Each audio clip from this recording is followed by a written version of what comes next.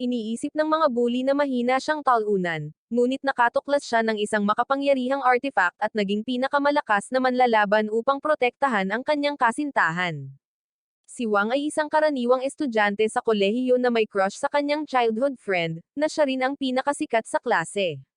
Ilang taon na niyang itinatago ang kanyang nararamdaman, at ngayon nang ihayag ng kanyang crush na si Yao na gusto rin siya nito sa isang truth and dare game, pakiramdam ni Wang ay siya ang pinakamaswerteng lalaki sa planeta.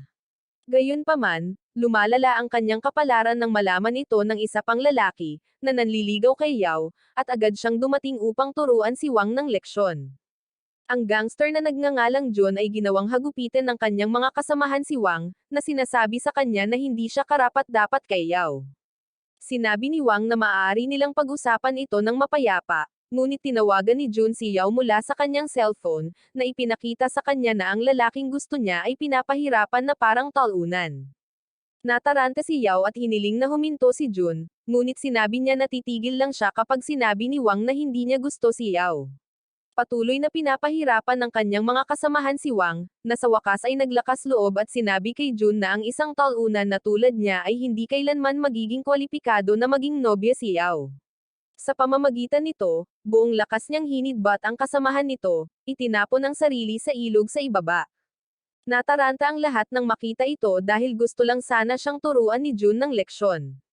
Natatakot siya na darating ang mga pulis para sa kanya kung masawi si Wang, at ipinadala niya ang kanyang mga tauhan upang hanapin siya, ngunit payapang nalulunod si Wang.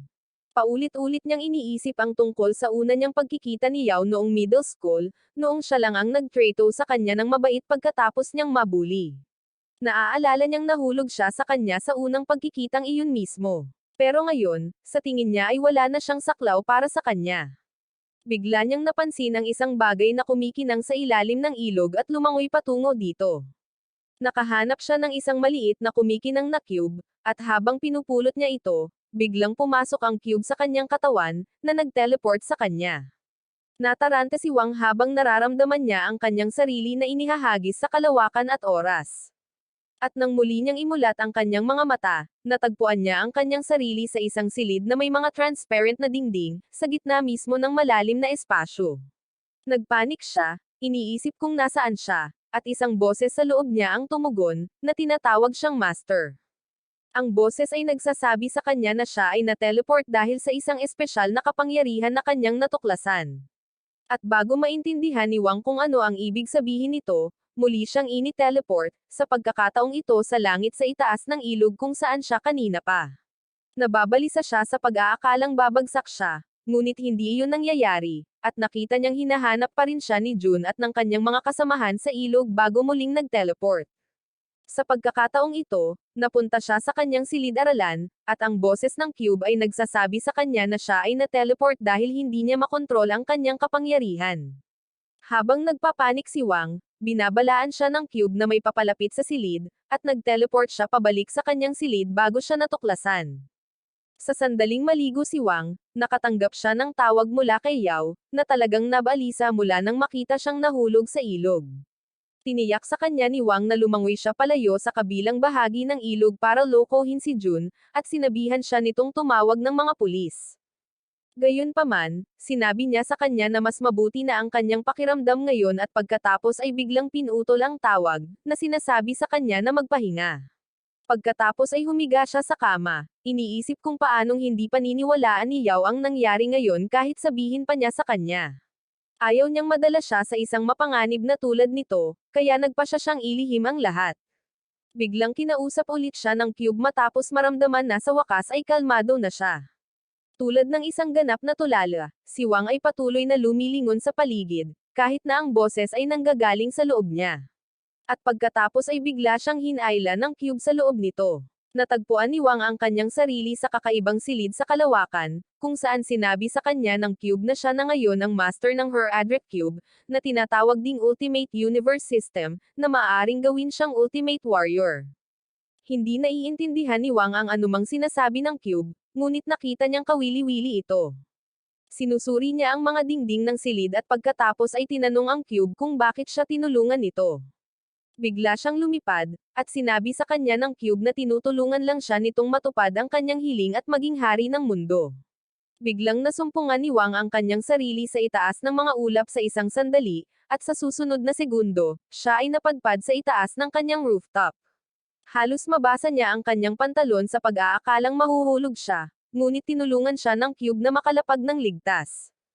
Gayunpaman, dahil gumamit siya ng masyadong maraming enerhiya sa pag-teleport ngayon, ipinaalam sa kanya ng cube na ngayon ay may 1 minutong cooldown bago siya muling makapag-teleport. Umupo si Wang at tinanong ang cube kung paano niya mamasteran ang kanyang mga kakayahan sa teleportation, at piliin ang eksaktong lugar na gusto niyang marating. Sinasabi sa kanya ng cube ang tungkol sa kanyang pangalawang espesyal na kakayahan na nagbibigay daan sa kanya na maramdaman ang lahat ng bagay sa paligid niya, sa paraang hindi maramdaman ng iba niyang pandama.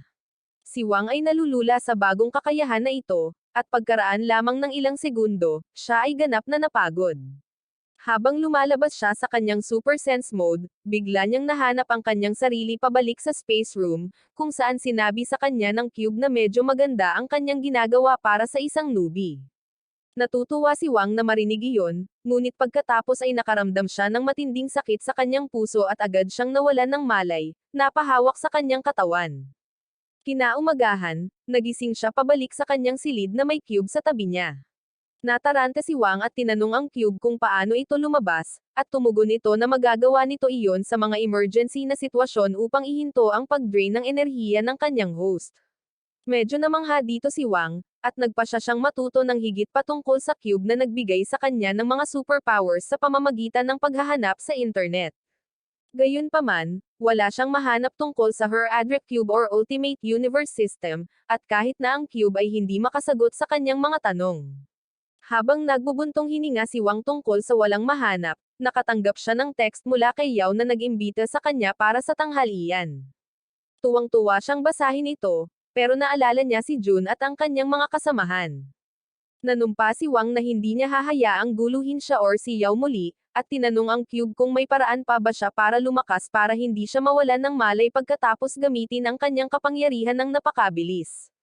Sinasabi sa kanya ng cube na maaari niyang i-upgrade ang kanyang antas ng kapangyarihan sa pamamagitan ng pagsipsip ng enerhiya mula sa mga mineral at hiyas, na nag-unlock ng higit pang mga feature ng system. Nasasabik si Wang sa pagdinig nito, ngunit dahil hirap na siya, tinanong niya ang cube kung magagamit niya ang mga regular na bato sa tabing kalsada dahil mineral din ang mga ito. Sinasabi sa kanya ng cube na habang ang lahat ng mga bato ay maaaring magbigay sa kanya ng kaunting enerhiya, kung gusto niyang lumakas ng mabilis, kailangan niyang pakainin ito ng mga tiyak na hiyas. Sinimulan ng cube ang pag-scan sa kanyang apartment, at sinabi sa kanya ang tungkol sa kristal sa showcase at ang synthetic na brilyante na singsing ng kanyang ina. Ngunit binaliwala ito ni Wang dahil pinahahalagahan sila ng kanyang mga magulang. Gayunpaman, sinabi sa kanya ng cube na wala silang anumang enerhiya, at sa halip na mga ito, nakahanap ito ng isa pang batong pang-alahas sa hardin sa ibaba na talagang makakatulong sa kanya. Agad na naghanda si Wang upang hukayin ang gemstone at mag-teleport sa labas. Muli niyang tinanong ang cube kung bakit siya tinutulungan nito, at sumagot ang cube na matutupad nito ang kanyang hiling na maging hari ng mundo. Sumagot si Wang na wala siyang ganoong pagnanais at gusto lang niyang panatilihing ligtas si Yao. Sinabi sa kanya ng cube na ang mundo ay hindi kasing simple ng iniisip niya, at kailangan niyang maging hindi matatalo kung gusto niyang protektahan ang kanyang babae. Ngunit pagkatapos ay sinabi ni Wang na putulin ang kalokohan at sabihin lamang sa kanya ang tungkol sa lokasyon ng gemstone. Sinabihan siya ng cube na gamitin ang kanyang super sense, at gamit ito, nahanap ni Wang ang hiyas malapit sa isang puno. Hinukay niya ito sa lalong madaling panahon, at sinabi sa kanya ng cube na bumalik sa space room, na siyang tunay na anyo nito, at pakainin ito doon. Agad na nag-teleport si Wang sa space room, ipinasok ang hiyas sa dingding, at pagkatapos ay biglang nagsimulang maglabas ng enerhiya mula sa mga dingding. Nararamdaman ni Wang ang enerhiyang lumalabas sa loob ng kanyang katawan, at ang cube ay nagsasabi sa kanya na dahil gumamit siya ng mababang antas ng gemstone, ang kanyang lakas ay tumaas ng 2 puntos at tibay ng 1 punto. Sinasabi ng cube na kung magagamit ni Wang ang mas mahuhusay na gemstones, maaari siyang maging mas malakas. Kinabukasan, nagising si Wang na pagod pagkatapos ng lahat ng excitement mula sa pag-level up kahapon. Napagtanto niyang huli na siya sa klase at tumakbo siya para dito. Doon, Nalaman niyang galit na galit si Yao sa kanya dahil sa biglaang pagbaba ng tawag nito sa kanya kanina. Sinabihan sila ng mga kaibigan ni Wang na kumuha na ng kwarto, ngunit sa sandaling iyon, dumating si Jun at ang kanyang kasamahan sa silid-aralan. Takot na takot ngayon si Yao, ngunit tiniyak ni Wang sa kanya na haharapin niya ang lahat. Ang kanyang paraan ng paghawak sa lahat ay nagtatago sa likod ng kanyang mga libro, umaasang hindi siya mahahanap ni Jun at ng kanyang mga kasamahan. Tinanong pa rin niya ang cube kung kaya niya ang mga ito kung ang mga bagay ay pumunta sa timog, at tinitiyak sa kanya ng cube na si Jun at ang kanyang mga allopiers ay may power level na 5 lang, habang ang kanyang power level ay 22. Pansamantala, nagsimulang hanapin ni Jun si Wang kapag hindi siya sumagot. Ngunit pagkatapos ay biglang bumangon si Yao, sinabi sa kanya na pabayaan sila. Si Jun ay kumilos na parang hindi siya ang masamang tao, at sinabihan siyang itigil ang pagtatakip kay Wang dahil siya ay isang talunan na nangangailangan ng isang babae na magtatanggol sa kanya. Sinabihan siya ni Yao na huwag bigkasin ang pangalan ng kanyang lalaki sa kanyang nakakatakot na bibig. Ngunit biglang bumangon si Wang, sinabi sa kanya na tama si Jun at dapat niyang panindagan ang kanyang sarili.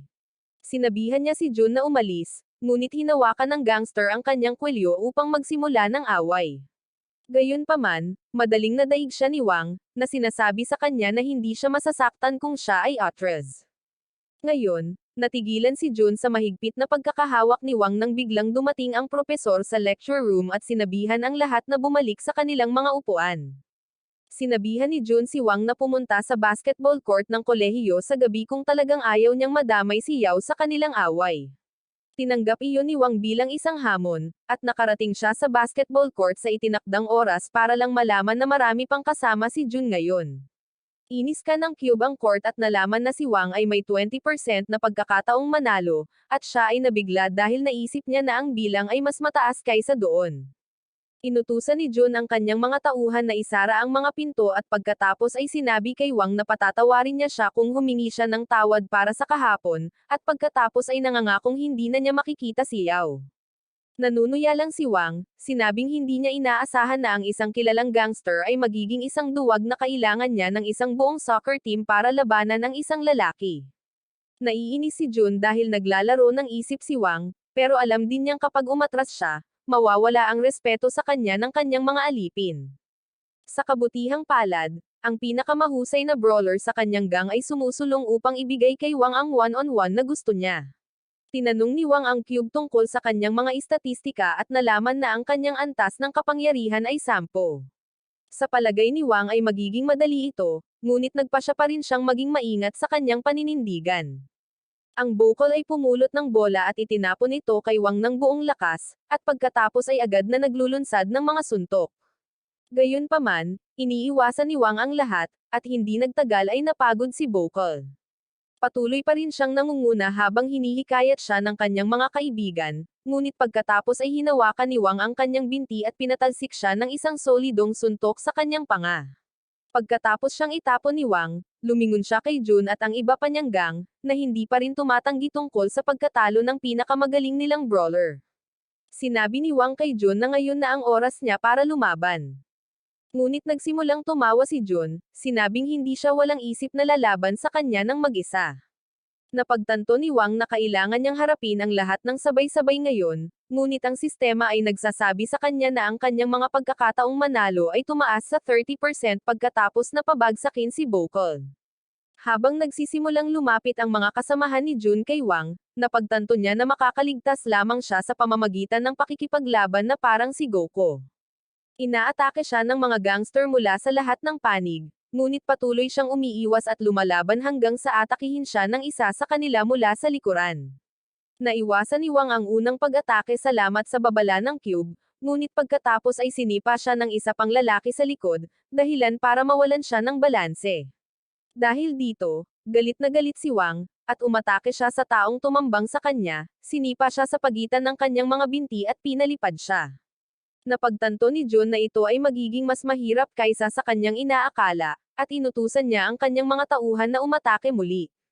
Sa pagkakataong ito, ginagamit ni Wang ang kanyang superior na kakayahan sa atleta upang maglagay ng kaunting distansya sa pagitan ng mga umaatake at kanyang sarili, at pagkatapos ay sinimulang i-target sila ng paisa-isa. Gayunpaman, dahil siya ay isang newbie pagdating sa pakikipaglaban, siya ay nahuli muli ng mabilis at nagtitiis ng isang seryosong suntok. Ang mga gangster ay patuloy na umaatake sa kanya mula sa lahat ng panig, ngunit tinatanggap ni Wang ang kanilang mga suntok na parang alpha male at pinatumba sila ng tigisang tama. Pagkatapos ay hinawakan niya ang isang lalaki sa kanyang binti at sinimulan siyang indayog bago ito ihagis kay Jun, na tinamaan ang kanyang ilong. Sa oras na bumangon si Jun pagkatapos ng impact, natapos na ni Wang ang lahat ng kanyang mga alipin, at ngayon ay malapit nang mabasa ng gangster ang kanyang pantalon. Gayunpaman, nasa limitasyon na rin si Wang ngayon, ngunit sa kabila ng babala sa kanya tungkol dito, patuloy siyang naglalakad patungo kay Jun upang tapusin ang mga bagay-bagay. Sinisigawan siya ni Jun na pabayaan siya, nang biglang bumukas ang ilaw at dumating ang isa pang tropa.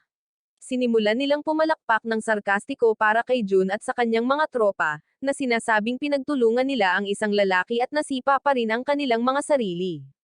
Tumayo si Jun at tinanong ang karibal na lider ng gang, si Hawan, kung ano ang ginagawa niya dito, at sumagot siya na pumunta lang siya dito para pagtawanan siya. Sinimulan ni Hawan ang pang-iinsulto kay Jun, na tinawag siyang isang baguhan na hindi naman karapat-dapat na mapabilang sa isang gang, pati na rin ang manguna sa isa. Biglang sumingit si Wang sa kanilang pag-uusap, sinabihan si Hawan na umalis dahil hindi pa niya natatapos ang negosyo kay Jun. Mabilis niyang napagtanto na hindi niya dapat ginawa iyon dahil nasaktan si Hawan sa kanyang pahayag. Ipinadala niya ang kanyang mga tauhan upang turuan ng leksyon si Wang, at sinabi sa kanya ng Cube na walang paraan na mananalo siya sa laban na ito, kaya mas mabuting tumakbo siya. Kinuha ni Wang ang payo at nagsimulang tumakas, ngunit para lamang may segawa ang susunod na hakbang ng kanyang plano. Kapag naabot niya ang lugar na may mga anino, ginagamit niya ang kanyang kapangyarihan upang mag-teleport sa tabi mismo ng electric switchboard, ino-off ang mga ilaw. Nagulat ang mga gangster nang biglang na-off ang mga ilaw, at biglang nag-teleport si Wang sa likod ni Hawan. Hindi niya ito binibigyan ng pagkakataon na maproseso man lang ang nangyayari, habang hinahampas niya siya sa lupa at pagkatapos ay inaatake ang kanyang mga alipin, na hindi pa rin ganap na nakaka-adapt sa kadiliman. Isang miyembro ng gang ang pumunta upang buksan ang mga ilaw, ngunit sa oras na gawin niya iyon, huli na ang lahat, dahil natapos na rin ni Wang si Hawan. Takot na ngayon si Jun, ngunit bago pa man siya mapuntahan ni Wang, kumatok ang mga awtoridad sa kolehiyo dahil hindi sila kumuha ng permiso na gumamit ng basketball court. Kasama rin nila si Yao dahil sigurado siyang nasa loob si Wang at pinapahirapan siya ng mga gangster. Sa loob, nakita ni Wang si Jun na sinusubukang tumakas, kaya nag-teleport siya sa harap niya. Nagsimulang iuntog ni Jun ang kanyang ulo sa sahig habang humihingi siya ng paumanhin sa pakikipag-away niya sa kanya, at nakita ni Wang ang isang pagkakataon na ayusin ang lahat sa pamamagitan ng paggamit sa kanya bilang isang scapegoat. Hindi nagtagal, sinira ng mga awtoridad sa kolehiyo ang lock at pumasok sa bulwagan upang makita si Jun na nagpapanggap na pinapahirapan si Wang bilang bahagi ng kanyang plano. Siya ang buong sisisihin sa paggamit ng basketball court para makipaglaban sa gang ni Haon, at sinabing si Wang ay isang inosenteng tagamasid lamang na nahuli sa labanan. Pinarurusahan ng kolehiyo si Jun, at nangako rin siya kay Wang na hindi na niya muling guguluhin si Yao. Bukod dito, natutunan din ni Wang ang mga limitasyon ng kanyang kapangyarihan at nagpa siya na lumakas pa sa pamamagitan ng pagsipsip ng mas maraming hiyas. Gayunpaman, hindi niya madaling mahanap ang mga ito. At sa huli, naglalakbay siya sa mga bundok malapit sa kanyang tahanan, umaasang may mahahanap siya doon. Ngunit nalaman niya na ang mga hiyas na gusto niya ay nasa loob ng malalaking bato sa gitna ng lawa or 15 metro sa ilalim ng lupa. Siya ay sumuko pagkatapos mabigang mahanap ang anumang bagay ng mabilis. Ngunit pagkatapos ay sinabi sa kanya ng cube ang tungkol sa isang guwang na lugar sa ilalim ng lupa na may isang malakas na hiyas na nakatago doon. Naramdaman ni Wang ang gemstone at sinubukang mag-teleport sa tabi nito, pero hindi iyon umubra dahil medyo malayo siya rito. Kaya't nagpa siya siyang maghanap ng paraan upang maabot ang guwang na lugar at pagkatapos ay sinubukang puntahan ang hiyas mula doon. Mabilis niyang nahanap ang pasukan sa guwang na lugar at nag-teleport sa loob, ngunit walang meron doon. Sa kabutihang palad, naramdaman niya ang hangin na umiihip sa selyadong kuweba at napagtanto niyang may isa pang kuweba sa tabi nito. Nahanap ni Wang ang lokasyon ng pangalawang kuweba sa pamamagitan ng paghahanap ng pinanggagalingan ng hangin at nag-teleport doon, na nakakita ng kumpol ng makapangyarihang natural na hiyas. Natutuwa siyang makita ang mga ito at nagsimulang magplano na dalhin ang kanyang mga kagamitan upang minahan ang mga ito, ganap na hindi alam na isang napakalaking ahas ang nasa likuran niya. Tahimik na ibinuka ng ahas ang mga panga nito upang lamunin ng buo si Wang, ngunit sa kabutihang palad, nag-teleport si Wang sa eksaktong sandali, na iniiwasan ang tiyak na kasawian. Sinusundan siya ng nalilitong ahas sa paligid, tinatangka siyang lamunin muli. Ngunit nag-teleport si Wang malapit sa mga gemstones at sinimulan itong anihin. Ibinaba niya ang isang gemstone sa tubig sa ibaba at nagpas siyang hanapin ang lokasyon nito gamit ang kanyang super sense bago tumalon para hanapin ito. Kapag ginamit lang niya ang kanyang super sense ay nakikita niya ang higanteng ahas sa tabi niya. Nataranta si Wang at nagsimulang maglakad ng paatras habang papalapit sa kanya ang ahas at pagkatapos ay bumagsak sa gilid habang inaatake siya nito. Naiwasan niya ang pag-atake ng ahas salamat sa kanyang safety rope, at nahulog ang ahas sa tubig sa ibaba. Nakahinga si Wang, ngunit naputol ang kanyang safety rope at nahulog din siya sa tubig. Sinubukan ulit siyang kainin ng ahas, at kahit na ginagamit ni Wang ang kanyang pala bilang sandata para lumaban, hindi niya maiwasang masakal ng higanteng halimaw. Sinusubukan niyang mag-teleport palayo, ngunit sinabi sa kanya ng cube na sa ngayon, dadalhin niya ang ahas kasama niya kahit saan siya mag-teleport, at hindi niya ito madadala sa space room dahil ito ay lampas sa kanyang kakayahan sa ngayon. Inatake ni Wang ang ahas gamit ang kanyang pala upang seryosong masugatan ito at i-freeze ito, at mabilis na nag-teleport siya sa space room. Pagkatapos ay hiniling niya sa cube na i-absorb kaagad ang lahat ng mga gemstones na nakolekta niya, ngunit ipinaalam sa kanya ng cube na maaari niyang isynthesize ang mga gemstones ngayon. Ipinapaliwanag nito na tulad ng karamihan sa mga mobile na laro, maaaring pagsamahin ni Wang ang tatlong mababang ranggo na gemstone upang makagawa ng mas mataas na ranggo na gemstone na maaaring magbigay sa kanya ng higit pang mga istatistika at maging ng mga bonus na kakayahan. Agad na sinabihan ni Wang ang cube na isynthesize ang lahat ng ito, ngunit labis siyang nabigla at nadismaya nang malaman niyang aabutin ng mahigit 5 araw para magawa iyon. Inirerekomenda ng cube na pagsamahin niya ang siyam sa mga hiyas at direktang gamitin ang natitirang dalawa, at iniisip ni Wang na ito ay magpapalakas sa kanya upang manalo laban sa ahas. Tinatanggap niya ang deal, hinihigop ang 2 gemstone at lubos na pinapataas ang kanyang mga istatistika.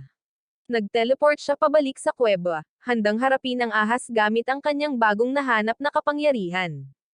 Dahil sa kanyang pinabuting bilis, nagawa ni Wang na tapusin ang higanteng ahas sa ilang mga hitlang, at talagang nakakadismaya para sa kanya. Gayunpaman, mabilis niyang nalampasan ito, at nagsimulang hanapin ang gemstone na ibinagsak niya sa ilog.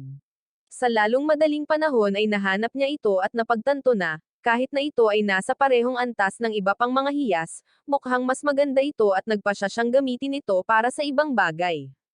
Sa kabilang banda, magkasamang umiinom sina Jun at Hawan pagkatapos ng kanilang pagkatalo sa mga kamay ni Wang. Pareho nilang gustong mag-higanti, ngunit alam nilang hindi sila mananalo laban kay Wang, kahit na magsanib puwersa sila. Gayunpaman, may ideya si Hawan, at sinabi niya kay Jun na makikipag-ugnayan sila sa isang taong mas malakas kaysa sa kanila para sa tulong. Kinuha niya ang pangalan ng isang batikang gangster na nagngangalang Lau, at nabigla si Jun dahil hindi niya akalaing tutulungan sila ni Lau. Gayunpaman, inihayag ni Hawan na kinailangan ni Lau na umalis ng bansa ng mas maaga dahil sa isang maimpluwensyang tao na kamag-anak ni Yao, at kung nilalaro nila ng tama ang kanilang mga baraha, maaari nilang tapusin si Wang ng tuluyan. Walang kamalay-malay dito, dinala ni Wang si Yao sa kanilang unang date pagkatapos pumasok sa isang relasyon. Sinabi niya sa kanya na ayaw niyang mapahirapan siya, kaya paprotektahan niya ito, at sinabi sa kanya ni Yao na nagtitiwala siya sa kanya. Sinabi ng cube kay Wang na nagsisinungaling ito, ngunit hindi niya ito pinansin dahil itinatago rin niya ang kanyang sikreto sa kanya. Nag-e-enjoy sila sa kanilang date, at pagkatapos nito, umupo sa isang cafe kung saan sinubukan ni Yao na maglaro ng guessing game kasama si Wang, para lang mawala lahat ng candies niya. Sa tingin niya ay may nagbago at tinanong kung ano ang itinatago nito. Kaya, binigay ni Wang sa kanya ang pinong gemstone na natagpuan niya sa ilog at pinakalimutan niya ang lahat ng iba pa. Kinabukasan, Habang hinihintay ni Wang si Yao para sabay silang pumasok sa paaralan, hindi niya sinasagot ang mga tawag nito. Matyaga siyang naghihintay sa kanya, ngunit nang marinig niya ang ilang estranghero na nag-uusap tungkol sa isang insidente sa isang kalapit na apartment complex, nalaman niyang nakatira si Yao sa parehong lugar. Siya ay natakot para sa kanya at agad na tumakbo patungo sa kanyang apartment, umaasa na siya ay maayos pa. Nakakita siya ng napakaraming tao doon na nanonood sa mga pulis habang sila ay nagbabarikada sa lugar. Nakita ni Wang ang ina ni Yao, na nasaroon ng loob habang sinasabi niya sa mga opisyal na pag-uwi niya mula sa trabaho, nakita niyang ginugulo ang kanyang apartment, at nawawala si Yao.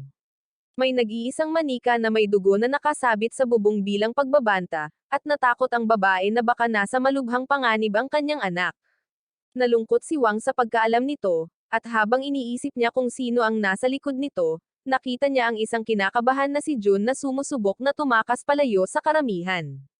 Agad siyang sinundan, at nabigla si Jun nang makita siya. Tinanong siya ni Wang kung may alam ba siya tungkol sa pagkawala ni Yao, at pagkatapos ay hinampes niya ang dingding gamit ang kanyang siko at binasag ito upang ipakita kay Jun na negosyo ang ibig niyang sabihin. Ang takot na si Jun ay agad na tumiklop at nagpas siyang ihayag ang lahat ng kanyang nalalaman kay Wang. Samantala, si Yao ay nasa lihim na hideout ng gangster na nagngangalang Lau, na kasalukuyang nagsasanay sa kanyang golf swings. Gayunpaman, ginagamit niya ang bibig ni Hawan para hawakan ang bola ng golf bilang parusa sa pagtatangkang gamitin siya.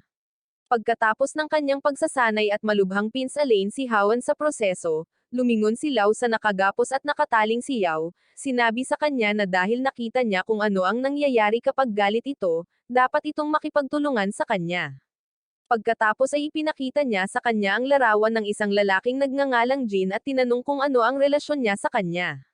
Sinabi ni Yao na wala siyang alam tungkol sa lalaki, at iniisip ni Lau na nagsisinungaling siya dahil dati, lumaban si Jin sa isang buong organisasyon upang protektahan siya. Nagagalit siya kapag patuloy na iginiit ni Yao na hindi niya kilala ang lalaki, at muntik na siyang suntukin nang sabihin ng mayordomo nito na huminto.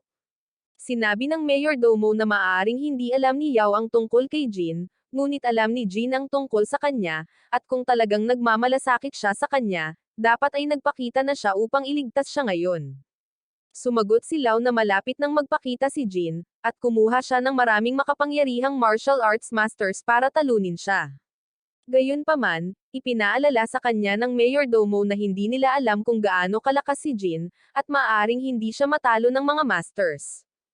Idinagdag niya na habang maaaring wala silang magagawa tungkol kay Jin, maaari nilang gamitin si Yao bilang isang bihag para sumuko siya. Ngunit gagana lamang iyon kung siya ay buhay at maayos. Kung siya ay masawi, si Jin ay sisabog sa galit at dalamhati. At saka, walang makakapigil sa kanya sa paghihiganti. Sinabi ng mayordomo kay Lau na dapat niyang hayaan si Yao sa ngayon, at sumang-ayon siya sa payo ng matalinong matanda. Umalis siya sa silid, at tinakpan ng mayordomo ang bibig ni Yao, na sinasabi sa kanya na maging mas kooperatiba dahil hindi na niya mapipigilan si Lau sa susunod, at hindi iyon makakabuti sa sinuman sa kanila. Sa kabilang panig, si Jun ay nagkukwento pa kay Wang tungkol kay Lau, na kabilang sa isa sa mga pinakakilalang pamilya ng bansa at walang nang ahas na guluhin siya. Pero isang araw, nakilala niya ang kaparehan niya kay Jin, na pinutol ang dalawang daliri niya at pinahiya siya sa harap ng lahat. Noong una, ibinuhos ng pamilya ni Lau ang kanilang resources para mahanap si Jin at makaganti. Ngunit nang hindi nila siya mahanap, iniwan nila si Lau, na nanumpa na maghihiganti sa lahat ng paraan. Ang parehong lalaking nagngangalang Jin ay minsang nagtagumpay sa isang pagtatangkang pandurukot na naglalayon kay Yao noong siya ay nasa high school, at ginamit ni Hawan ang kaalamang ito para subukang linlanggan si Lau na gawin ang kanyang utos. Ang unang plano ay upang salakayin si Lau kay Wang, ngunit siya ay masyadong matalas at natanto ito. Sinabi ni Jun na alam niyang delikado ang pakikitungo kay Lau, kaya huminto siya bago pa man mangyari at dahil din sa ayaw niyang may mangyaring masama kay Yao. Natitiyak niyang naparusahan na si Hawan at sinabi kay Wang na wala silang magagawa laban sa isang tulad ni Lau. Tinawag ni Wang iyon ng isang buong load ng kalokohan at nagpas siyang iligtas si Yao ng mag-isa. Nagpanik si Jun at tinanong siya kung wala siyang narinig na sinabi niya. Sinabi sa kanya ni Wang na hindi siya maaaring matakot sa sinuman dahil nangako siya kay Yao na paprotektahan niya siya. Tinanggap niya na tinubos ni Jun ang kanyang mga nakaraang kasalanan sa pamamagitan ng pagsasabi sa kanya ng lahat ng impormasyon tungkol kay Lau, at hiniling sa kanya na tawagan ang mga pulis upang asikasuhin ang mga formalidad pagkatapos niyang gawin ang rescue mission. Hindi nagtagal ay nakarating si Wang sa gusali kung saan nakakulong si Yao, kasunod ng signal ng enerhiya ng gemstone na ibinigay niya sa kanya. Sa loob ng gusali, tinanong ni Lau ang kanyang mayordomo kung talagang iniisip niya na hindi nila magagawang talunin si Jin kahit na may napakaraming malalakas na martial masters. Ang mayordomo ay hindi sigurado sa tagumpay, ngunit siya ay tiwala na si Jin ay hindi aalis sa lugar na walang pinsala. Biglang kinukot siya ng isa sa mga martial masters ang matanda, sinabing hindi siya nandito para saktan si Jin kundi para tapusin siya dahil may lumang puntos na siya para ayusin sa kanya. Napangiti si Lau sa kay-abangan ng lalaki dahil ito naman ang kailangan niya para labanan ang kanyang pinakadakilang kaaway. Samantala, pumasok si Wang sa gusali, at agad siyang binalaan ng cube na may ilang napakalakas na kaaway ang nakatalaga doon. Nararamdaman din ni Wang ang mga ito, at itinanong niya sa cube ang status ng mga gemstones na nasynthesize. Sumasagot ang cube na halos kumpleto na ang synthesis at magiging handa na silang sipsipin sa loob ng 30 minuto. Dahil sa kaalamang iyon para tiyakin siya, pumasok si Wang sa gusali, ngunit nakita siya ng ilan sa mga upahang mersenaryo ni Lau, at nagpa siya silang tapusin siya bago dumating si Jin. Umakyat si Wang sa hagdan at nakitang may nakalock na pinto na nakaharang sa kanyang daraanan. Nagsimula siyang mag-warm up para sirain ang lock nang biglang may lumapit sa kanya na malaking bodybuilder na lalaki, at sinabihan siya na hindi siya dapat mag-abala dahil ang lock ay may espesyal na protection na spell. Mabilis na sinusuri ng cube ang lakas ng lalaki at sinabi kay Wang na ang kanyang antas ng kapangyarihan ay 52, habang ang kanyang sariling antas ng kapangyarihan ay 50. Napagtanto ni Wang na hindi siya mananalo laban sa isang mas malakas at mas may karanasan na manlalaban, ngunit kumikilos pa rin siya na parang hindi niya alam. Hinihiling niya sa lalaki na ibigay sa kanya ang susi dahil ang kanyang kasintahan ay nasa itaas, at ang gym bro ay tumawa lamang, na nagsasabi sa kanya na huwag magmadali. Sinabi niya na mayroon siyang utos na tapusin ang sinumang magtangkang umakyat sa itaas. Ngunit nang paulit-ulit ni Wang ang kanyang mga linya na parang loro, sinabihan niya itong sundan siya. Samantala, sa itaas na palapag, nakaupo si Yao sa isang madilim na silid. Pumasok si Lau sa silid na may nakakatakot na ngiti sa kanyang mukha at sinabi sa kanya na baka naiinip na siya mag-isa. Kaya, nag-ayos siya ng isang espesyal na programa sa TV para sa kanya. Binuksan niya ang TV, na nagpapakita ng live na clip ni Wang na nakaharap sa gym bro. At si Yao ay nataranta, sa takot na ang kanyang kasintahan ay tatapusin bago siya. Sa ibaba, sinabi ng gym bro kay Wang na mayroon silang sapat na espasyo para makagalaw ngayon at hinihiling sa kanya na ipakita kung ano ang mayroon siya. Sinimulan niya ang laban sa pamamagitan ng pagbato ng isang mabagal na suntok kay Wang, na tumalon sa daan at tumama sa kanyang mukha. Nagpa siya si Wang na huwag gumamit ng teleportation ng maaga dahil kakailanganin niya ito mamaya. Patuloy niyang hinaharangan ang mga pag-atake ni Jim Bro habang sinusubukan siyang hampasin, ngunit pagkatapos ay hinawakan ng lalaki ang kanyang braso at hinampes siya sa lupa. Iniiwasan ni Wang na matapakan, ngunit ang Jim Bro ay naglulunsad ng isa pang round ng walang awa na pag-atake sa kanya. Pinupuri niya si Wang, na sinasabing malakas siya kahit baguhan pa lang siya, at pagkatapos ay tumama sa kanyang bituka, na sinasabing hindi pa rin siya mananalo laban sa isang batikang manlalaban mula sa underground na arena. Napagtanto ni Wang na kailangan niyang gamitin ang kanyang utak ng higit pa sa kanyang mga kamao upang manalo at mabilis siyang nakaisip ng isang plano. Habang sinusugod siya ng gym bro, hinaharangan niya ang kanyang mga pag-atake at pagkatapos ay ginamit niya ang kanyang momentum laban sa kanya upang mapunta ang isang malakas na sipa. Pagkatapos ay tinutuya siya ni Wang, at galit na sinusugod siya ng gym bro, na binasag ang semento gamit ang kanyang malalakas na suntok. Sinabi niya kay Wang na mahina ang mga atake niya, ngunit biglang sinabi ni Wang mas mahina ang sa kanya habang nagpapatawag siya ng martilyo palabas ng kanyang space room at tinamaan ang gym bro sa ulo nito. Ang malaking tao ay natamba sa isang hit, at nahuhulog ang susi sa gate. Ipinagmamalaki ni Wang ang kanyang little trick at ginagamit niya ang susi para makalampas sa gate. Tumakbo siya sa itaas upang maabot si Yao ng mabilis, ngunit pagkatapos ay inalertuhan siya ng cube tungkol sa isang papasok na pag-atake. Dahil doon, iniiwasan ni Wang ang isang kutsilyong ibinato sa kanya, ngunit pagkatapos ay isang lalaki ang nagpakita sa kanyang likuran at sinipa siya pababa. Kahit papaano ay kumapit si Wang sa hagdan, at lumapit doon ang tirador ng kutsilyo para sabihin sa kanya na mahina talaga siya at hindi kayang talunin ng isang tulad niya ang kanilang boksingero sa unang palapag.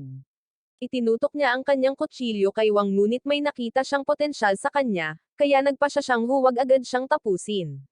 Sinabi niya sa kanya na sasalubungin siya sa itaas at umalis, at galit na hinabol siya ni Wang.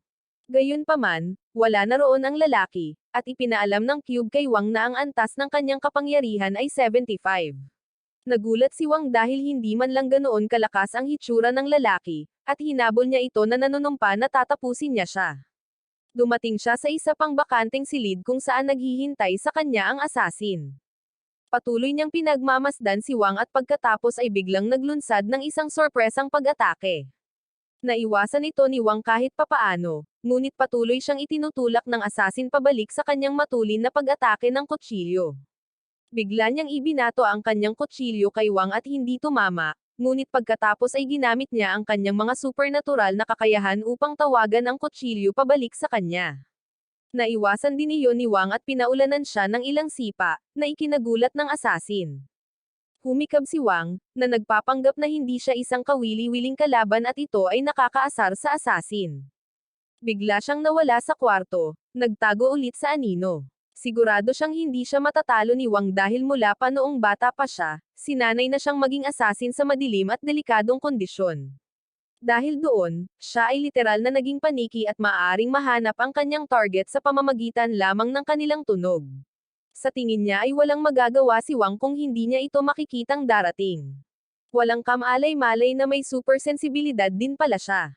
Ang asasin ay pumuslit sa kanyang likuran upang salakayin siya para lamang masampal siya dahil lubos na nakita ni Wang na paparating siya. Dahil sa pagkabigo nito, nagpasya siyang gamitin ang kanyang bilis sa halip. Ngunit hindi iyon mahirap basahin ni Wang, at nagpatawag siya ng baseball bat para itama ang home run sa magkabilang bola ng asasin ng sabay-sabay, na natalo siya. Pagkatapos ay narating ni Wang ang susunod na palapag kung saan nakita niya ang isang matandang lalaki na naghihintay sa kanya. Nagsimula ang matanda sa isang hindi nalalaktawang cutscene na pinupuri si Wang sa pagpunta nito hanggang dito. Ngunit hindi na siya hinintay ni Wang na matapos at inihampas niya ang pamalo ng buong lakas. Gayunpaman, hinaranggan ng matanda ang baseball bat. Hinayla niya ito para tamaan at pagkatapos ay hinampas siya sa lupa. Ngunit nang makitang may kamalayan pa rin si Wang, nagpa siya ang matanda na mas magseryoso. Sa sandaling iyon, sinabi ng cube kay Wang na 1 minuto na lang ang natitira para makumplito ang gem synthesis, at kumpiyansa si Wang na makakatagal siya ng 1 minuto. Biglang, inilagay siya ng matandang lalaki sa isang chokehold, at inilabas ni Wang ang isang punyal mula sa kanyang imbakan upang salakayin siya. Pinigilan siya ng matanda, ngunit inilipat ni Wang ang punyal sa kanyang kabilang kamay, nasugatan siya at nakawala sa pagkakasakal. Pagkatapos ay sinuntok niya ang matanda, ngunit ang masakit lang ay ang kamao nito. Ibinaluktot ng matanda ang kanyang mga kalamnan, sinabi kay Wang na wala siyang kapangyarihan upang labanan siya. Pagkatapos ay binutas niya ang sahig gamit ang isang suntok at pagkatapos ay naglulunsad ng walang humpay na pag-atake kay Wang. Paulit-ulit na natamba si Wang, at kahit anong gawin niya, hindi niya mapinsala ang kanyang kaaway. Sinabi sa kanya ni Wang na anuman ang mangyari, ililigtas niya si Yao, ngunit binali ng matanda ang braso niya habang tinatawag siyang walang muwang. Pagkatapos ay inipit niya si Wang sa isang haligi at sinuntok siya ng buong lakas, na nagpatamba sa kanya. Gayunpaman, habang si Wang ay nakahiga sa lupa, ipinaalam sa kanya ng cube na ang mga gemstones ay pinagsama at hinihigop, na lubhang nadaragdagan ang kanyang mga istatistika. Naramdaman ni Wang ang enerhiyang lumalabas sa loob niya at bumangon, sinabi sa matanda na tapos na ang warm-up at ngayon ay maaari na silang lumaban ng totoo. Humanga ang matanda sa kanya at sinusugod siya. Ngunit sa pagkakataong ito, mas mabilis at mas malakas si Wang. Ilang mabibilis na suntok ang ipinupukol niya sa matanda na hindi makaiwas sa mga ito. Ngunit nang malapit na niyang tapusin ang mga bagay-bagay, naramdaman niya ang pag-crack ng kanyang balat habang lumalabas ang enerhiya. Natarante si Wang, nagtataka kung ano ang nangyayari, at sinabi sa kanya ng cube na pinapalabas ng system sa kanyang katawan ang mga toxins pagkatapos niyang mag-level up. Sinabi ni Wang sa cube na hindi ito ang tamang oras, ngunit sa pagkakita nito bilang kanyang pagkakataon, nagpa siya ang matanda na hampasin siya muli. Gayunpaman, si Wang ay nasa mga liga sa itaas niya ngayon, at madali niyang napigilan ang kanyang pag-atake bago siya pinaputok ng isang malakas na suntok. Ang matanda ay hindi makapaniwala na siya ay natatalo ng husto, at pagkatapos ay sinuntok siya ni Wang sa mukha, na nauntog sa pader. Sa kanyang susunod na suntok, lubusan niyang natalo ang matanda at tumuloy sa susunod na palapag. Sina Yao at Lao ay nanunood sa lahat ng kanyang mga laban, at habang si Yao ay nakahinga ng maluwag, si Lao ay galit na ang tatlo sa kanyang mga manlalaban ay natalo sa ating bida. Sinabihan siya ng kanyang mayordomo na huminahon dahil ang mga susunod na manlalaban ay tunay na mga propesyonal, at tiyak na matatalo nila si Wang. Ayaw maniwala ni Lau sa kanya, ngunit sinabi sa kanya ng mayordomo na ang babae mula sa Martial Arts Association ay dumating dito na may mahigpit na pulse errors sa kanyang pulso. At kapag naalis na niya ito, magiging panganib siya sa lahat ng nakapaligid sa kanya. Kaya, dapat silang umalis kaagad sa gusali. Samantala, nararamdaman ni Wang ang lahat ng pinsalang natamo niya habang nakikipaglaban sa matanda kanina. Ngunit sa kabila ng sakit at pagod, patuloy pa rin siyang umuusad. Sinabi sa kanya ng cube na hindi siya emotionally stable ngayon at hinihiling sa kanya na huminahon para makalaban siya sa kanyang peak. Ngunit sinabi sa kanya ni Wang na hindi siya matatahimik kapag nasa panganib si Yao. Hindi nagtagal ay nakarating siya sa pinakamataas na palapag, at sa sandaling binuksan niya ang pinto, nakita niya ang dalawang martial artist na naghihintay sa kanya bilang kanyang susunod na kalaban. Ang babae na nagngangalang Kiwi ay masayang tinanggap si Wang, at bago pa niya maproseso ang nangyayari, kumuha siya ng espesyal na infrared thermometer at tumakbo patungo sa kanya. Hinahayaan siya ng nalilitong Wang na ituro ang espesyal na aparato sa kanyang puso, at nagpapakita ito ng pagbabasa ng zero para sa kanyang mga supernatural na kakayahan. Nagulat si Kiwi nang makitang si Wang ay hindi isang superhuman sa kabila ng pagtalo sa ilang malalakas na kalaban, at natapos din ng kanyang partner na si Stan ang pagsusuri sa kanya sa kanyang device. Sinabi niya na hindi rin cultivator si Wang dahil wala siyang internal energy or martial arts training. Sinabi ni Stan na dapat ay gumagamit siya ng isang espesyal na pamamaraan tulad ng pagpino ng katawan, na nagpapahintulot sa kanya na madagdagan lamang ang kanyang pisikal na lakas, at tuwang-tuwa si Kiwi sa narinig. Nagsimula siyang magsaya sa harap ni Wang sa pag-aakalang lalakas siya pagkatapos niyang makuha ang kapangyarihan nito. Pero hindi niya maintindihan ang pinag-uusapan ng dalawang ito. Biglang naalala ni Kiwi na mas pinalaki siya ng kanyang mama kaysa dito, kaya itinigil niya ang kanyang pagdiriwang at ipinakilala ang sarili kay Wang. Nakipagkamay pa ang ating bida ng hindi naghihinala, at bigla siyang sinuntok ni Kiwi sa mukha pagkatapos tanungin kung kumusta siya. Naasar si Wang na naloko siya at tinamaan ng uppercut si Kiwi. Ngunit sa kasamaang palad para sa kanya, siya ay isang masokista na nag-e-enjoy niyan. Sinisipsip niya ang enerhiya ni Wang mula sa suntok at nagsimulang mamula dahil ang kanyang panloob na enerhiya ay kasing dalisay at hilaw na parang isang bagong minahan na gemstone, at napagtanto niya na siya ay isang talunang babae. Binitawan niya ang kamay nito, ngunit gusto pa ni Kiwi at bigla siyang sinuntok. Ang kanyang mga suntok ay hindi sapat na nasaktan si Wang, ngunit siya ay naasar at sinusubukang pigilan siya. Kaya't sinipa niya ito ng buong lakas at hiniling na magseryoso. Habang naglalakad si Kiwi patungo kay Wang, sinabi ng kanyang partner na si Stan kay Wang na wala siyang pagkakataon laban sa babae, kaya dapat na lang siyang magsabi ng ilang masasamang huling salita at masawi. Sa susunod na sandali, sinipa ni Kiwi si Wang ng buong lakas, na hinampes siya sa isang haligi. Si Wang ay nagsimulang makaramdam ng pagkahilo pagkatapos ng labis na pinsala. Kaya, nagpa siya siyang huminto sa pagpigil at ipakita kay Kiwi na naniniwala siya sa tunay na pagkakapantay-pantay ng kasarian, at sinuntok niya ito ng buong lakas. Ngunit sa kasamaang palad, si Kiwi ay nagsimulang mag-enjoy ng higit pa. Sinimulan niyang salakayin si Wang ng mas mabangis habang sinasabi sa kanya na maging mas magaspang sa kanya. Pumayag si Wang at sinimulan siyang hampasin, ngunit patuloy na sinasabi ni Kiwi, sige pa gusto ko pa. Nag-aalala si Stan tungkol sa kanyang mental state, at muling inatake ni Kiwi si Wang, at biglang lumabas ang madilim na enerhiyang nakatago sa loob niya.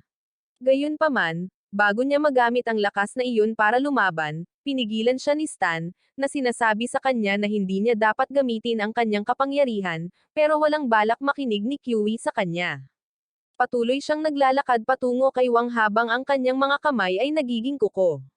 Ipinahayag niya na i-absorb niya ang kapangyarihan ni Wang upang maging mas malakas para sila ni Stan ay makalaya sa kanilang organisasyon.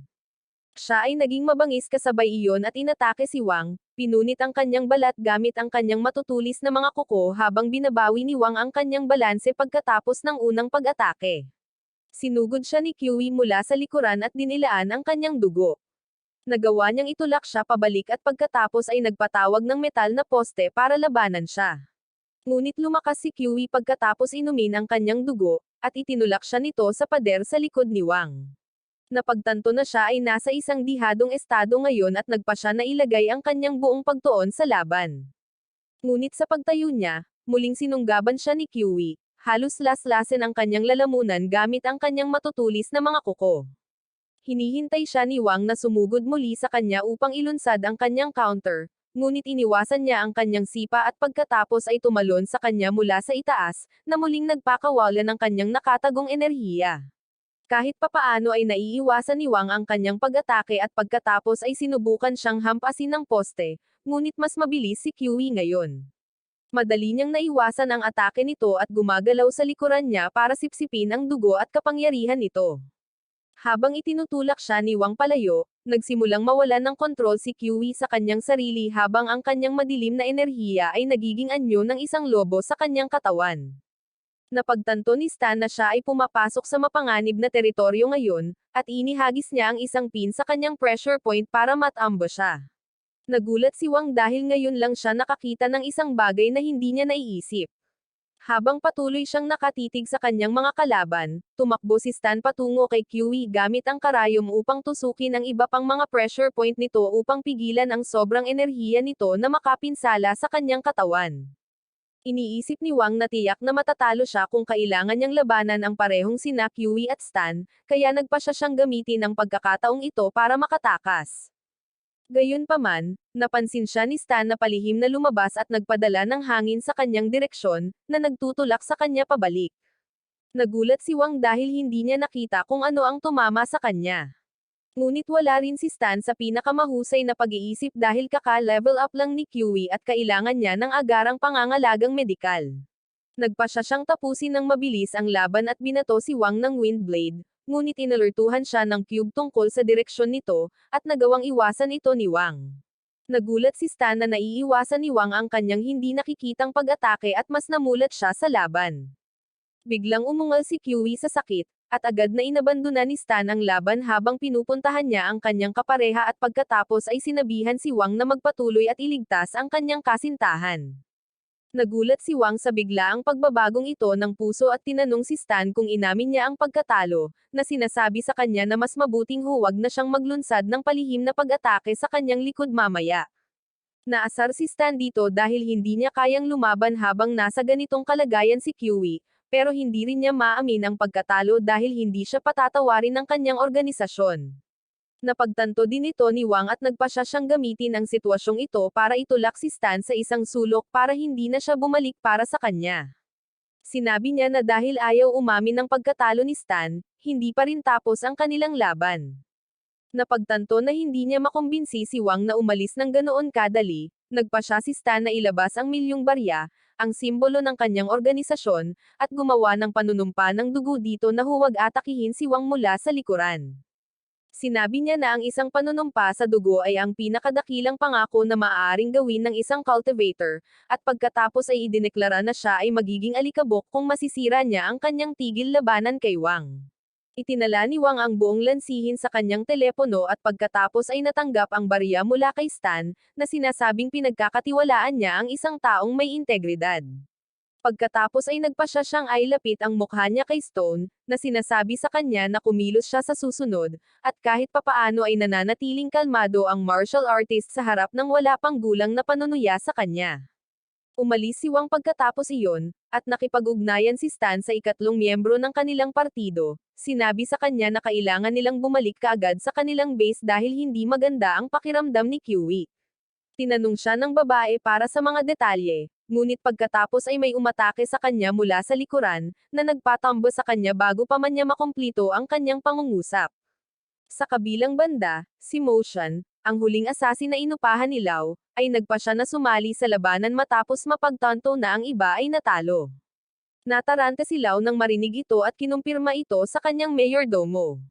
Sinabi sa kanya ng mayordomo na ang iba ay natalo at sinabi na dapat silang umalis sa gusali ngayon. Nagsimulang magkaroon ng panic attack si Lau, iniisip na si Jin ang tumalo sa lahat ng mga assassin, ngunit wala nang pakialam si Motion tungkol doon. Para sa kanya, si Wang ay mas kawili-wiling kalaban kaysa kay Jin, at tinanong siya ni Lau kung bakit iyon. Ipinaalam sa kanya ng mayordomo na tumawag si Stan ng tigil labanan kay Wang, at napabalikwas si Lau nang marinig iyon.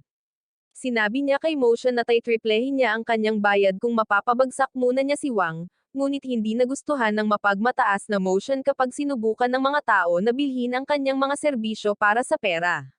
Ang kanyang papay ay nagpadala ng isang lumilipad na slash patungo kay Lau, ngunit sa kabutihang palad ay pinigilan ito ng mayordomo at sinabi sa mayamang assassin na ang mga bagay ay wala na sa kanilang mga kamay ngayon. Samantala, ipinagpatuloy ni Wang ang kanyang paghahanap kay Yao, pinapasok ang mga pinto at pumasok sa matataas na palapag upang hanapin siya. Naalala niya na ang cube ay nakadetect ng 7 kaaway sa gusali, kaya 2 na lang sa kanila ang dapat na naiwan ngayon.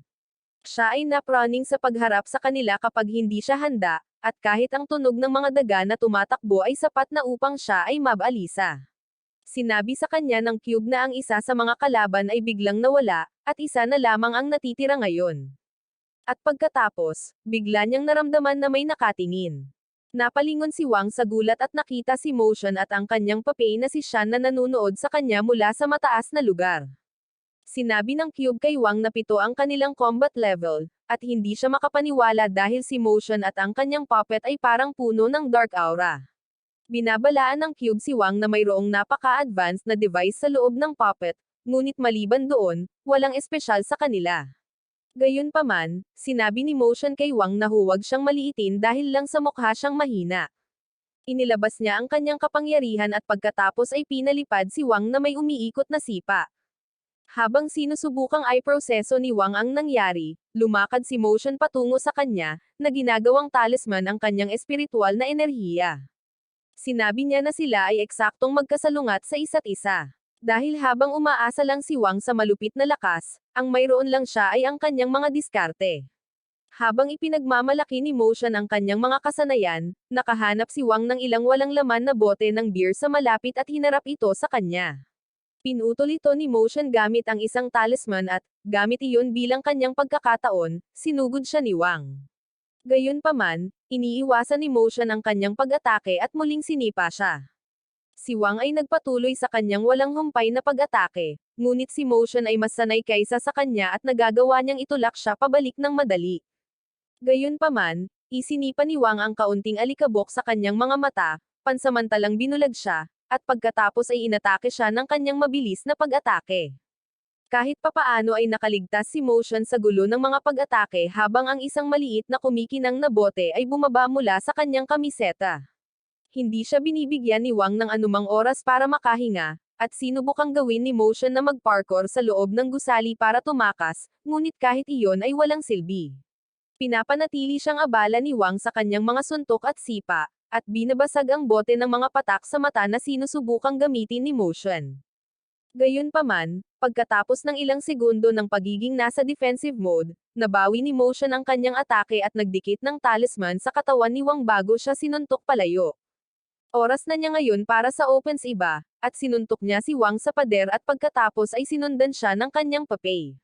Nagulat si Wang sa papay na kumikilos ng kasing bilis ng flash at pagkatapos ay pinaulanan siya ng mga bala ng enerhiya ng espiritu. Kumuha si Wang ng ilang tama mula sa Spirit Gatling Gun, ngunit mabilis niyang nakontrol ang sitwasyon sa pamamagitan ng pag-iwas at pagpigil sa mga bala. Pagkatapos ay dumiretso siya sa puppet at sinuntok ito ng buong lakas.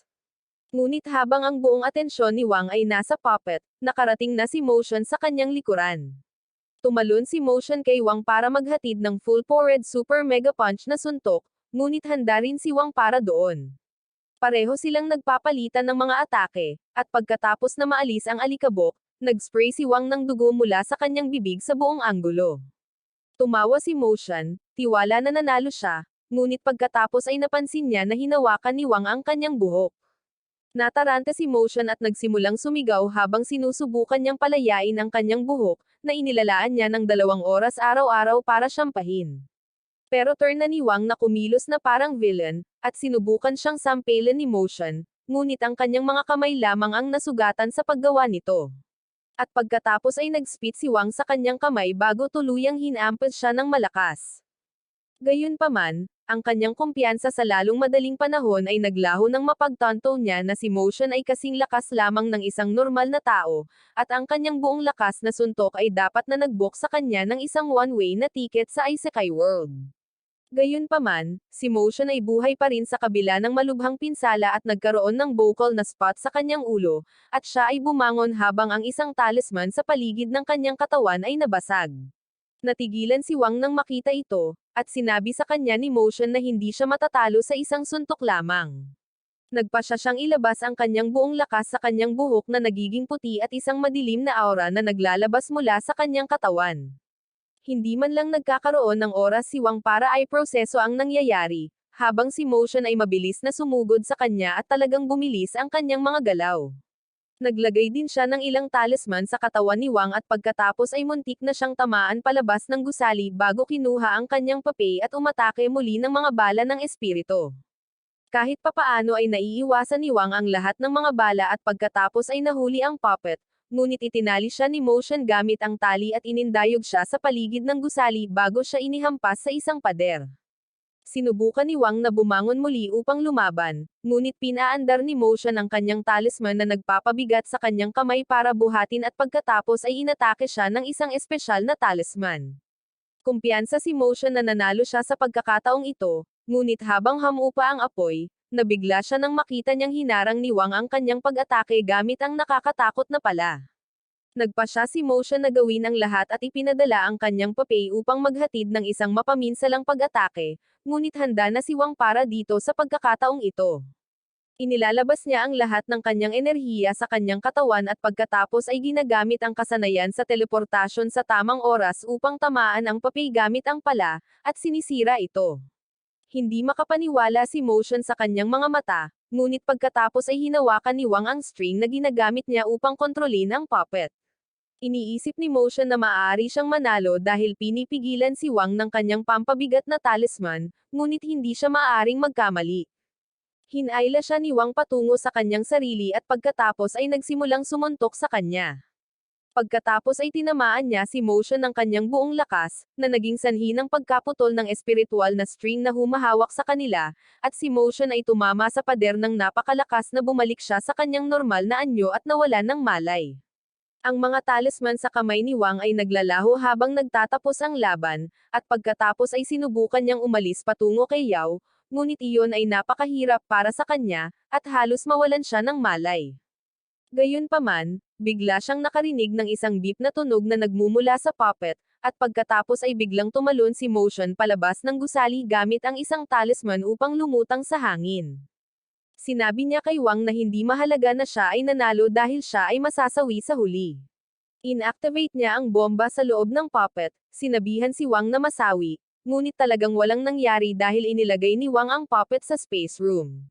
Nataranta si Motion habang paulit-ulit niyang sinusubukang pasabugan ang bomba, ngunit pagkatapos ay tumalon si Wang palabas ng gusali sakay ng kartilya.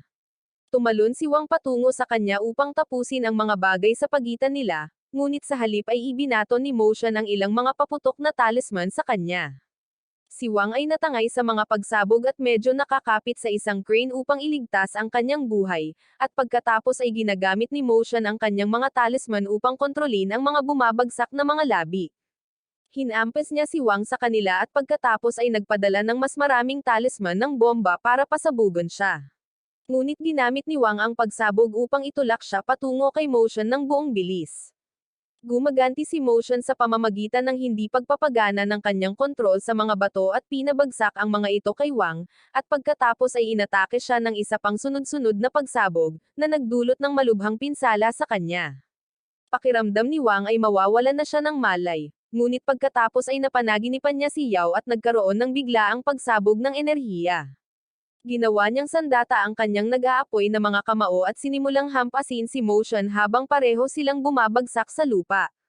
Tumama sila sa lupa ng may sapat na puwersa upang mag-iwan ng crater, ngunit sa kabutihang palad, hinayla ng cube si Wang sa loob ng space room upang hindi siya masawi sa pagbagsak. Pagkatapos ay agad siyang inilabas sa silid, nasunog at duguan. Paulit-ulit niyang binubulong ang pangalan ni Yao sa kanyang pagtulog nang biglang ginaising siya ng hindi inaasahang ulan. Agad niyang sinimulan na hanapin si Yao, ngunit sa kanyang harapan, nakakita siya ng isang tumpok ng malambot na damit sa lupa habang si Motion ay ganap na naglaho. Walang pakialam si Wang sa kanya at bumalik sa gusali para hanapin si Yao. Una niyang nahanap ang talunan na gangster na si Haon, na nagsangkot kay Lau sa bagay na ito, na umiiyak at nagbubulungan sa sulok.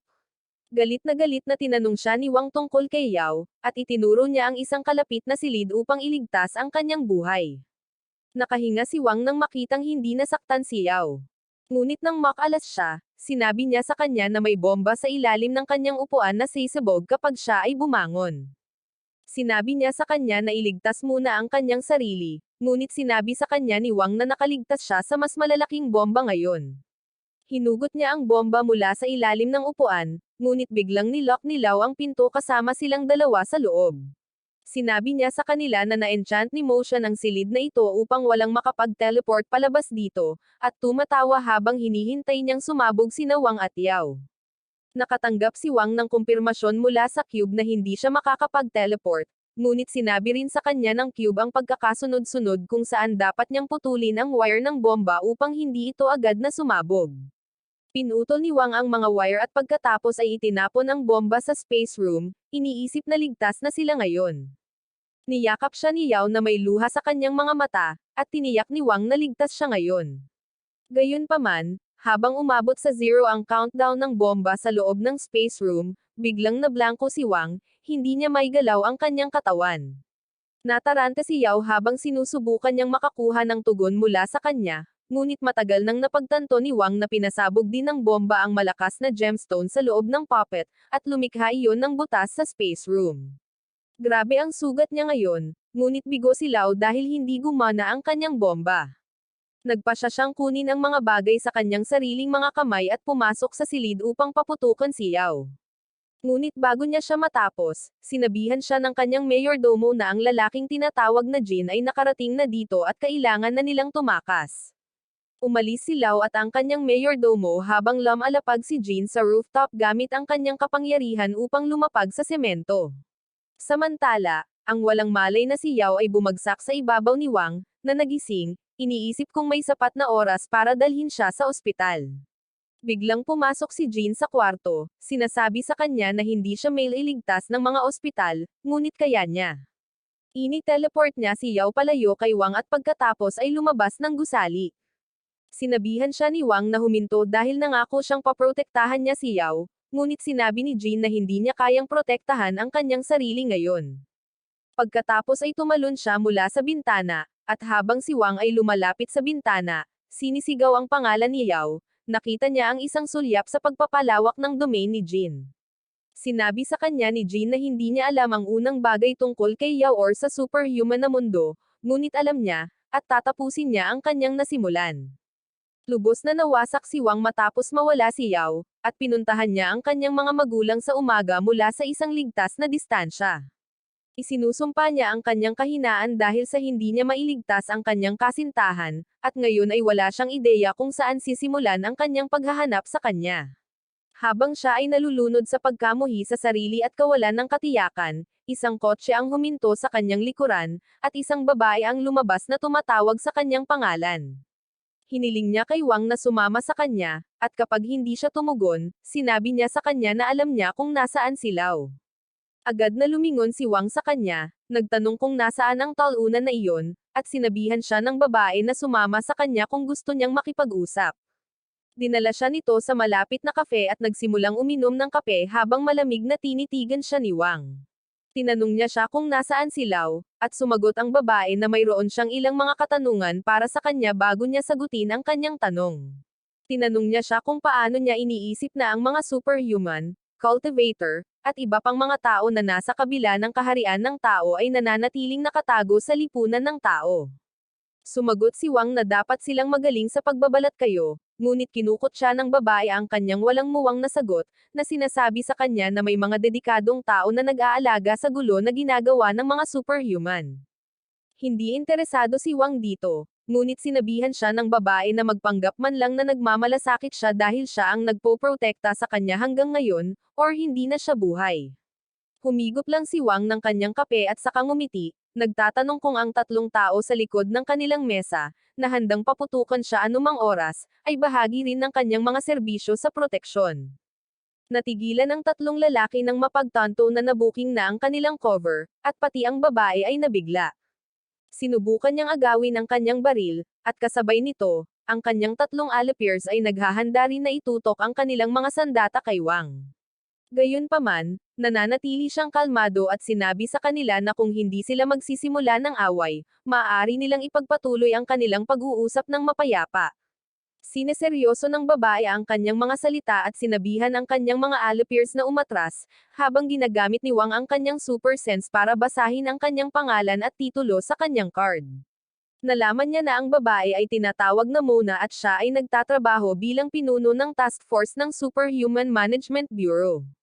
Sinabi sa kanya ni Wang na naniniwala siya na tinatakpan siya nito mula sa mga anino, ngunit gusto niyang malaman kung ano ang kanyang layunin. Kumpiyansa na sinabi sa kanya ni Mona na dahil tinutulungan siya nito, dapat lang niyang ibalik ang pabor sa kanya sa anumang paraan. Tinanong ni Wang kung gusto niya itong maging mersenaryo para sa bureau tulad ng kanyang mga alipin, ngunit pagkatapos ay idinagdag na ang lahat ng kanyang mga alipin ay napakahina na sila ay nasa ibaba ng ranggo na C, kaya hindi siya dapat makisama sa mga talunan na tulad nila. Sinabi ng isa sa mga lalaki kay Mona na si Wang ay hindi bababa sa isang B-rank na superhuman, na mas mataas sa kanilang antas, ngunit wala siyang pakialam tungkol doon. Sinabi niya kay Wang na kung gusto niya ng impormasyon tungkol kay Lau, kailangan niyang gawin ang 3 misyon para sa kanya. Sumagot si Wang na isang misyon lang ang gagawin niya, at kailangan din niya ng impormasyon tungkol kay Jin. Sumasang-ayon si Mona sa kondisyon ng hindi nakikipagtawaran, na ikinagulat ni Wang. Habang natatanggap niya ang mga detalye ng misyon, sinabi sa kanya ni Mona na aabutin lang siya ng isang araw at may disenteng bayad din ang kanyang mga serbisyo. Gayunpaman, tinanong siya ni Wang kung paano niya siya mapagkakatiwalaan, at umarteng nasaktan si Mona. Sinabi niya kay Wang na mayroon silang magandang pag-uusap ngayon at iyon ay dapat na sapat na patunay na siya ay nasa kanyang panig. Umalis siya sa kafe pagkatapos iyon, at iniisip ni Wang kung talagang mapagkakatiwalaan siya nito. Gayunpaman, alam niyang siya lang ang nangunguna sa kanya sa pagkuha ng anumang impormasyon tungkol kay Yao, at plano niyang gamitin siya para makapasok sa Superhuman Management Bureau para makuha ang impormasyong gusto niya. Samantala, si Mona ay nasa kanyang sasakyan, naghihintay sa traffic stop nang tanungin siya ng kanyang driver kung bakit siya nakipag-deal sa isang mapanganib na lalaki tulad ni Wang, dahil hindi iyon ang patakaran ng kanilang kumpanya. Sumagot si Mona na ang malaking kita ay may malaking panganib. Masyado siyang ambisyoso para maipit sa kanyang trabaho, at sinabi niyang si Wang ang kanyang ticket para ma-promote sa mas matataas na ranggo sa bureau. Naniniwala siya na malaki ang potensyal nito at kailangan lang nila itong gamitin para makuha ang gusto nila. Gayunpaman, hindi niya alam na inilagay ni Wang ang kanyang cube sa ibabaw ng kanyang sasakyan at nakikinig siya sa lahat ng sinasabi niya. Hindi man lang siya nagagalit na sinusubukang manipulahin siya ni Mona dahil sa tingin niya ay isa itong sakam na manipulator, at madaling kontrolin ang mga taong ganoon. Samantala, tinanong ng driver si Mona kung talagang sasabihin niya ang lokasyon ni Lau kay Wang, at sinabi niya sa kanya na bibigyan niya lang siya ng impormasyon na D-level dahil siya ay isang tulala na hindi namamalayan na siya ay naloko. Nagalit si Wang nang marinig ito at nagpa siya na ipakita kay Mona kung sino ang tunay na walang isip. Nang maglaon, sa susunod na araw, pumunta si Wang sa isang locus yung ibinahagi ni Mona para sa kanyang pagtatasa bago siya makapunta sa anumang misyon. Nakahanap siya ng isang marangyang mansyon sa gitna ng kagubatan kung saan marami pang mga mandirigma ang dumating upang tasahin. Nagtataka si Wang kung ano ang deal sa kanila kapag ang isang lalaki ay kumuha ng mikropono at sinimulan ang pagtatasa. Sinabi niya sa kanila na lahat sila ay nagtitipon dito upang mapili bilang mga bodyguard para sa kanilang kliyente. Idineklara niya na ang mga bodyguard ay kailangang maging mulat, tumutugon, at malakas upang ganap na magawa ang kanilang mga tungkulin. Kaya, susuriin sila sa mga pamantayang iyon. Binuksan niya ang isang pinto na humahantong sa lahat ng mga kalahok sa isang in-house na kasino. Ang bawat isa ay makakakuha ng 5 chips, at ang host ay nagsasabi sa kanila na sila ay malayang maglaro ng anumang laro na gusto nila sa mga chips na iyon. Upang maging kwalipikado sa susunod na round, kailangan nilang mangolekta ng 10 chips, ngunit ipinagbabawal ang pakikipaglaban or pagnanakaw sa iba. Ang mga kalahok ay agad na nagpasya na maglaro ng mga laro ng baraha, na iniisip na ang mga makina dito ay madaya, ngunit sila ay natatalo din sa mga laro ng baraha. Isang lalaki ang nagsimulang magbigay ng lektura kay Wang nang wala saan, ngunit hindi siya interesadong makakuha ng hindi hinihinging payo, kaya lumipat siya upang maghanap ng laro para sa kanyang sarili. Nakahanap siya ng isang babaeng naglalaro ng klasikong larong Find the Coin Under the Cups at nagpas siyang subukan ito, pero sinundan siya ng random guy kanina. Sinabi niya kay Wang na walang galang na umalis kapag may nagtatangkang makipagkaibigan sa kanya, ngunit napagtanto ni Wang na sinusubukan lang siyang lokohin ng lalaki. Pakiramdam ng lalaki ay na-corner siya kapag hindi gumagana ang kanyang mga pakulo. Kaya, hinahamon niya si Wang sa isang laro. Malugod na tinanggap ni Wang ang hamon at itinaya ang lahat ng kanyang chips, at ganoon din ang ginawa ng lalaki. Inilalagay ng master ng laro ang barya sa ilalim ng isa sa mga tasa at pagkatapos ay nagsisimulang i-shuffle lang ang mga ito na parang veterans. Ang lalaki ay tumaya sa kaliwang tasa, ngunit ginagamit ni Wang ang kanyang super sense para malaman na ang babae ay nagtatago ng barya sa kanyang kanang kamay. Sinabi niya sa kanya na ipakita ang kanyang kanang kamay, ngunit ang babae ay medyo sanay, at mabilis niyang inilagay ang barya sa kanyang kaliwang kamay bago gawin iyon. Pinipilit siya ni Wang na ipakita ang kanyang dalawang kamay, at sinabi sa kanya ng babae na tama siya at nasa kanya ang barya sa lahat ng oras. Ipinahayag niya na nanalo siya at nadouble ang kanyang mga chips, ngunit hindi maintindihan ng ibang mga kalahok kung ano ang nangyayari. Iniisip ng lalaki na may 2 barya ang master ng laro at inilagay niya ang isa sa mga ito sa loob ng isang tasa, pagkatapos ay binuksan niya ang isang lihim na kompartamento upang mahulog ito sa loob ng mesa. Sinimulan niyang suriin ang mesa upang hanapin ang sikretong kompartamento. Ngunit sinabi sa kanya ng babae na ang mesa ay hindi ganoon, at mayroon lang siyang isang barya sa buong oras. Sinabi niya sa kanya na natalo ang kanyang mga chips, at habang si Wang ay lumalayo ng may papuri kasama ang kanyang gantimpala, ang lalaki ay nagalit. Pagkatapos ng ilang oras at ilang round pa ng pagtatasa, 5 kalahok ang naka-shortlist para sa misyon. At malinaw naman, isa si Wang sa kanila.